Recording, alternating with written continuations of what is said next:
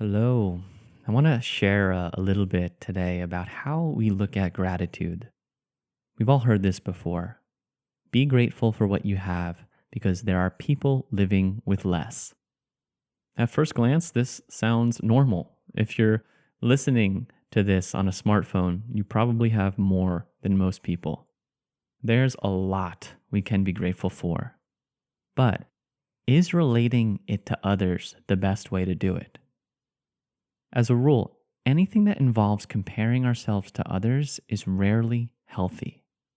When we compare in the lens of gratitude, we're practicing guiltitude.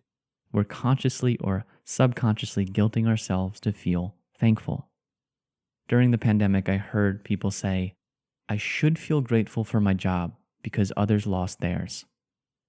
What if they don't actually feel grateful? What if their job is killing them and they hate it? Gratitude is not an obligation. Bypassing the feeling because they should feel grateful is not helping the underlying issue. The real power of gratitude lies in feeling the energy of appreciation at the core of our being. From there, we know viscerally the blessing of what's holding our attention. The thing with guiltitude is we can't know how others, quote unquote, with less actually feel. Happiness is not measured by what we have. Everything is relative. Everything is subjective. We might be suffering with depression, yet trying to be grateful because we have more money than some people, while all the while, those people may actually be doing much better than we are.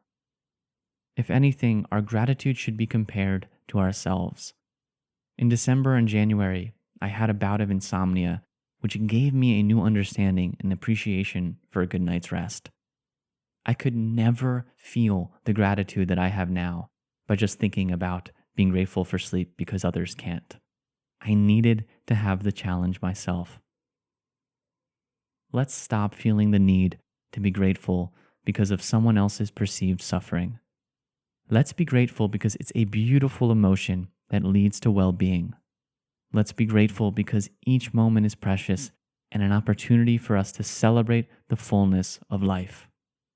Let's be grateful for what we have, period. While there's nothing wrong with practicing gratitude in comparison, it's much better than being dissatisfied and resentful. This way is more empowering. But don't take my word for it. If your gratitude practice has always been thinking about others who have less, try focusing solely on yourself, keeping the gratitude emerging from your own experience.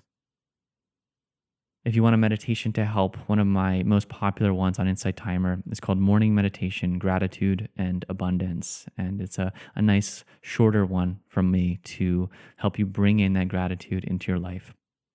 I'd love to hear your thoughts on this little share. I know this might be different, or you might have different thoughts around it. And so please feel free to share. I love to read comments and get a chance to engage and hear different perspectives, as I like to share what I feel is sometimes different perspectives. So as always, thank you so much. One more thing, if you're on Insight Timer and you use circles, I'd love to invite you to join mine. You can just search Lose Circle on the app and get to join a beautiful community of people that we have on here. So I thank you again for taking the time to listen, and as always, sending so much love, support, and guidance on your journey. I hope we get a chance to connect again soon. Namaste.